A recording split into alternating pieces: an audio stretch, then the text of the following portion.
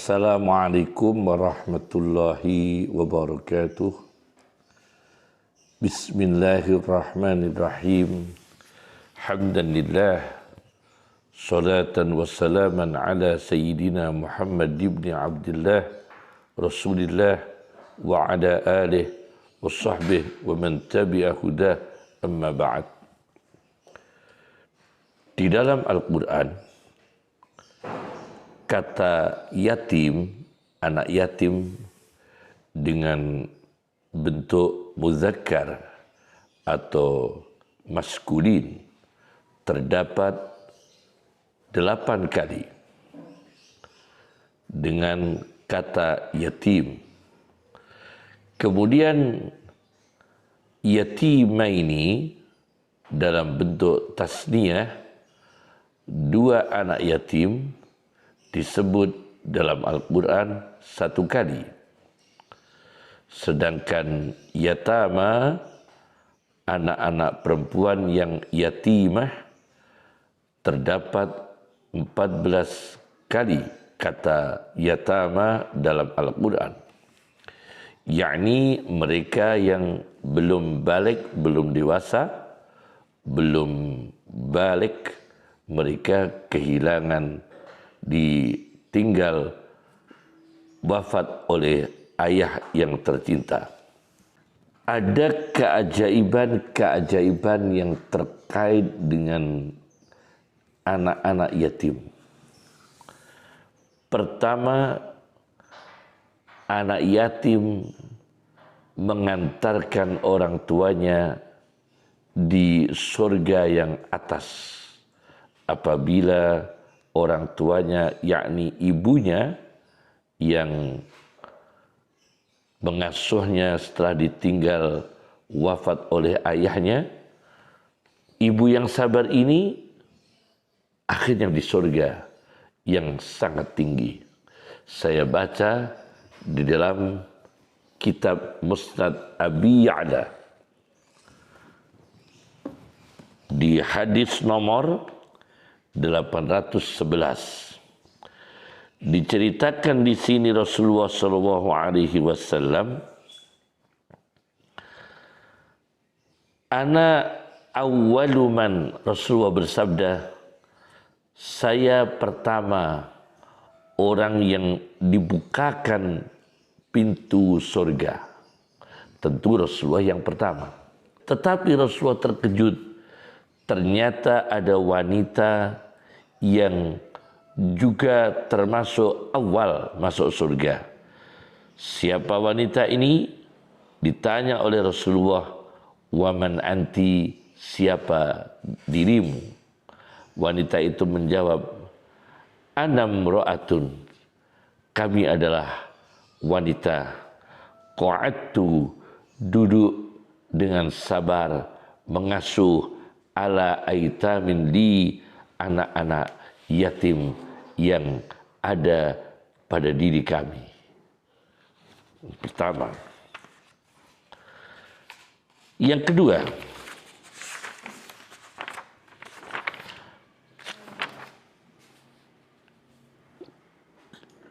keajaiban anak yatim yang kedua mengantarkan manusia pada kesehatan mental, pada kesehatan jiwa, yakni berjiwa empati.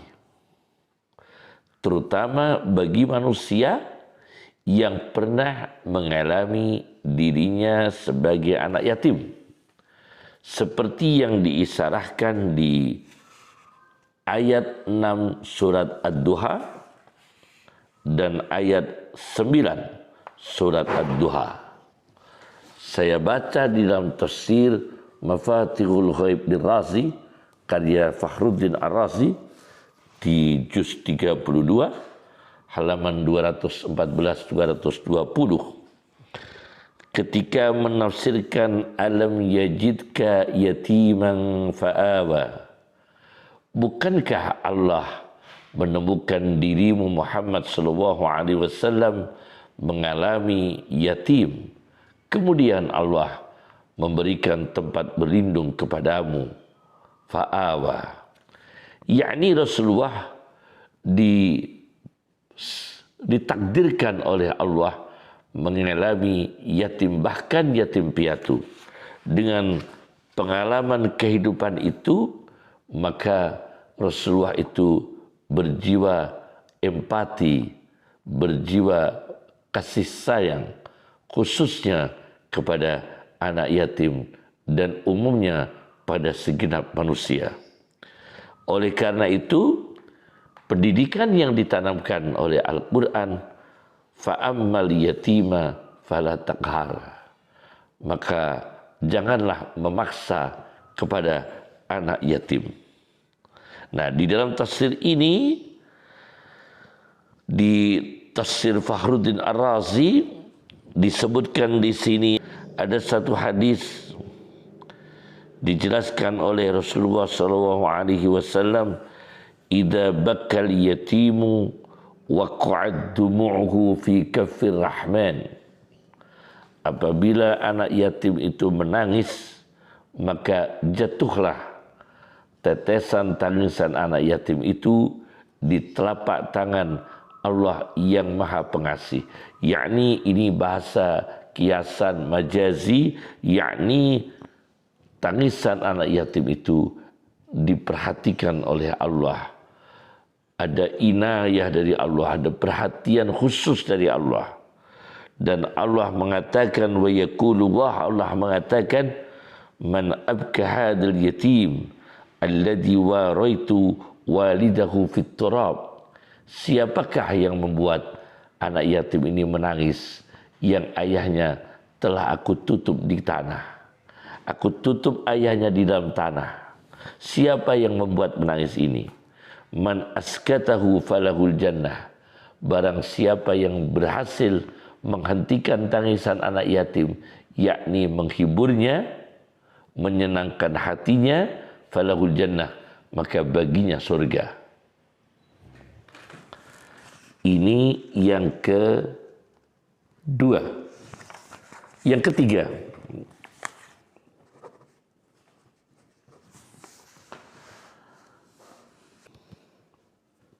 menyayangi anak yatim menghilangkan kerasnya hati. Hati yang bertipologi temperamental itu terapinya lebih banyak bergaul dengan anak-anak yatim, supaya mengurangi temperamentalnya, keras kepalanya. Ini seperti yang disampaikan Imam Ahmad dalam kitab Musnadu Ahmad di hadis nomor 7579, di mana ada seorang laki-laki mengadukan pada Rasulullah SAW tentang kerasnya hatinya. Seorang laki-laki menghadap Nabi dan melaporkan kalau hatinya itu keras, temperamental, pemarah, sombong, angkuh dan sebagainya. Apa kata Rasulullah SAW? In aradta talyina qalbik, jika engkau ingin melunakkan hatimu, fa'at'imil miskin, maka latihlah dirimu memberi makan orang miskin.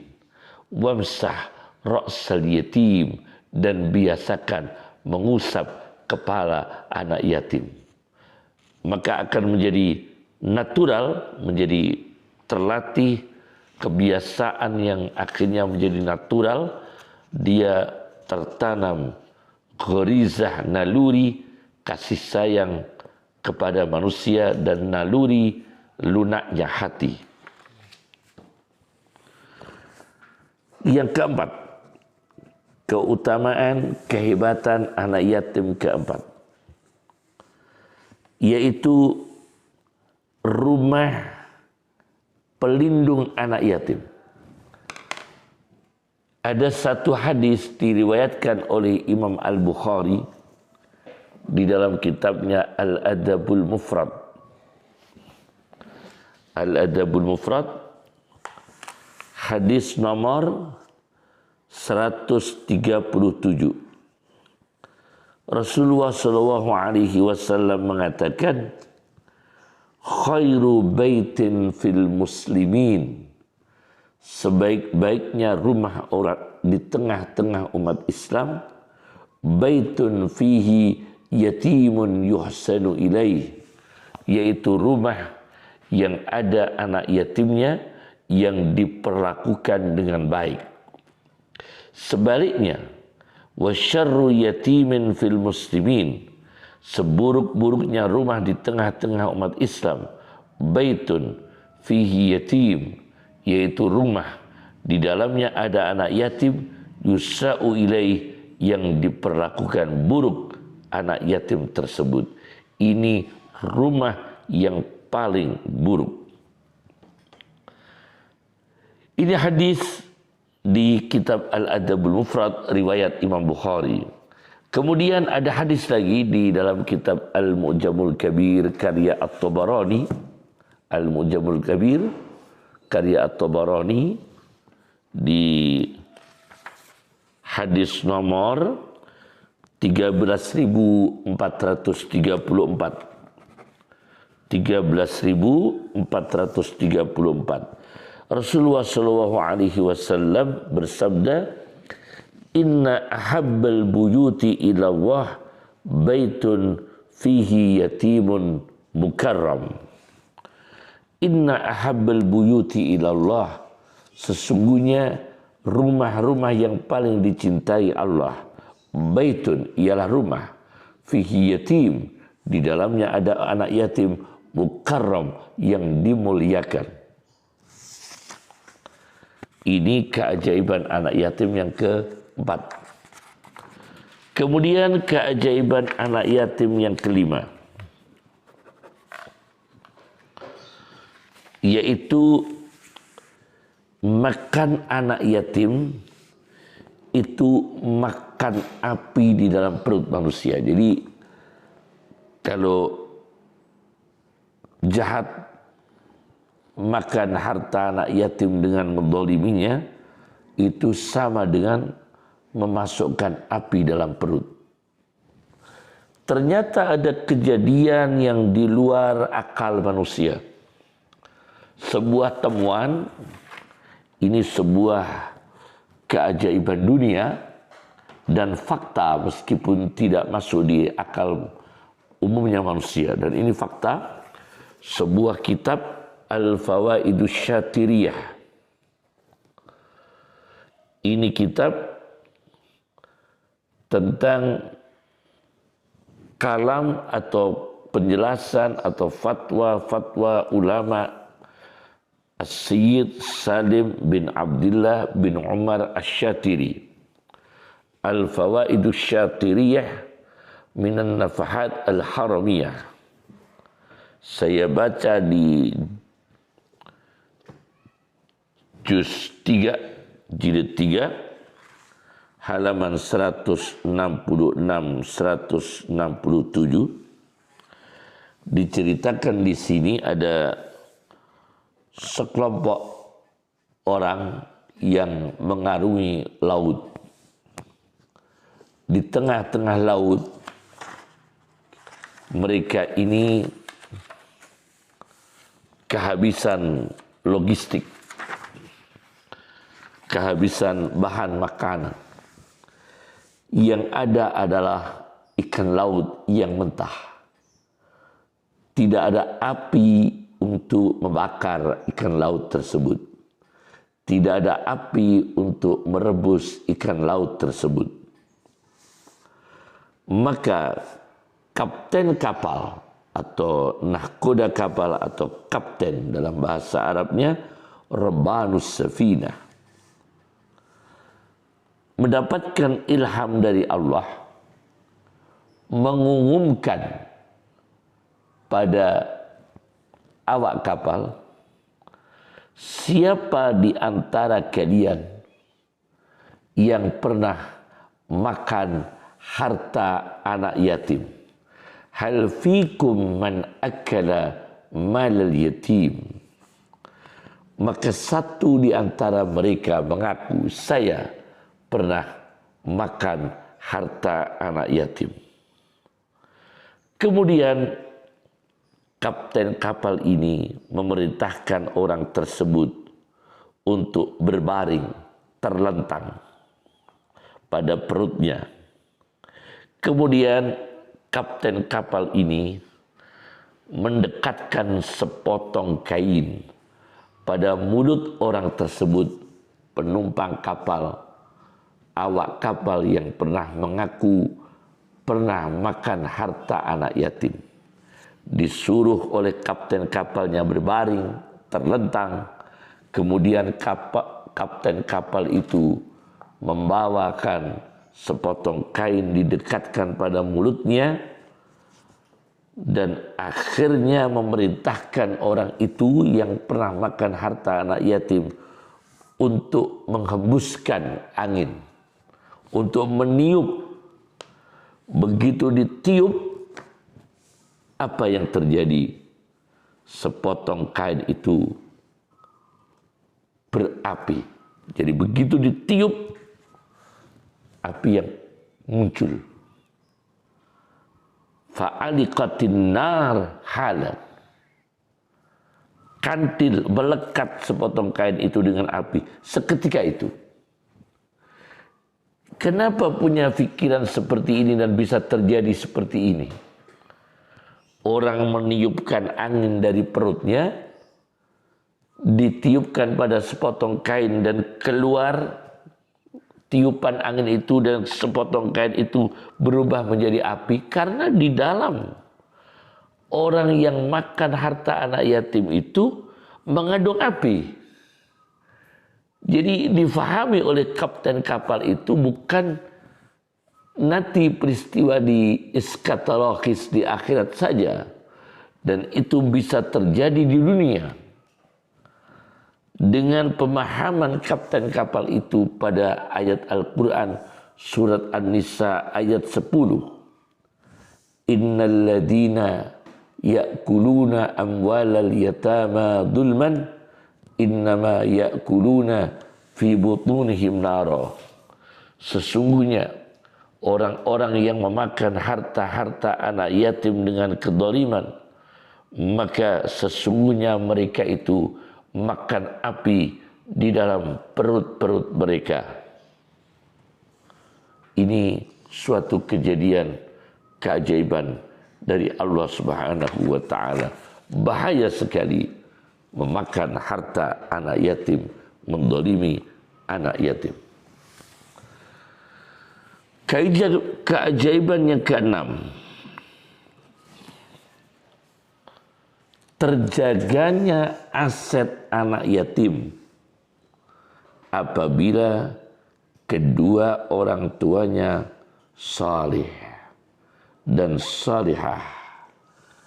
Orang tuanya ahli ibadah, orang tuanya salih, orang tuanya mulia, meninggal dunia suaminya, dan anaknya yang belum balik, belum dewasa menjadi yatim, Allah akan menjaga harta-harta anak yatim tersebut yang merupakan harta tinggalan dari orang tuanya yang saleh.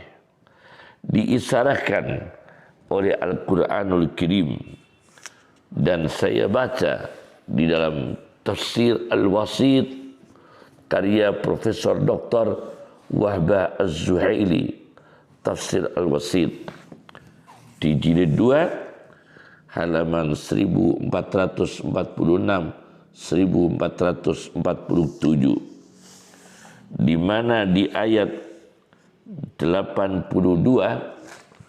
diceritakan ketika Khadir alaihissalam atau terkenal dengan Khidir menemukan tembok yang hampir roboh dan kemudian diluruskan oleh Khadir. Ternyata di bawah tembok tersebut ada 2 harta anak yatim. Apabila tembok ini roboh dan diketahui ada di bawahnya ada harta anak yatim, akan menjadi rebutan orang. Tapi Allah mengendaki lain. Kenapa? Dilindungi oleh Allah. harta yang ada di bawah tembok. Kenapa? Wa kana abuhuma salihan. Karena ayahnya saleh. Fa arada rabbuka ayyablugha ashuddahuma. Maka Tuhanmu menghendaki nanti suatu ketika dua anak yatim ini sudah usia kuat, sudah dewasa untuk mengeluarkan hartanya di bawah tembok. Wa yastakhrija kanzahuma, mengeluarkan harta yang tersimpan di bawah tembok. Tapi tembok yang mau roboh dilindungi oleh Allah, diluruskan oleh Khadir alaihissalam. Terjagalah harta anak yatim tersebut. Apakah ayahnya ini ayahnya persis? Menurut Profesor Dr. Wahbah Az-Zuhaili, wa kana abuhuma itu bukan bapaknya persis, wa huwal jaddus sabi', yaitu kakek yang ketujuh. Jadi meskipun ayahnya bukan orang soleh, tapi atas-atasnya itu ada orang yang soleh, insya Allah harta itu akan dilindungi oleh Allah. Apalagi orang tuanya soleh, datuknya soleh, cicitnya soleh, luar biasa. Ini kakek yang ketujuh, al-jaddus sabi', kakek yang ketujuh. Ini soleh. Akhirnya harta dua anak yatim ini dilindungi oleh Allah Subhanahu wa ta'ala. Assalamualaikum warahmatullahi wabarakatuh. Assalamualaikum warahmatullahi wabarakatuh.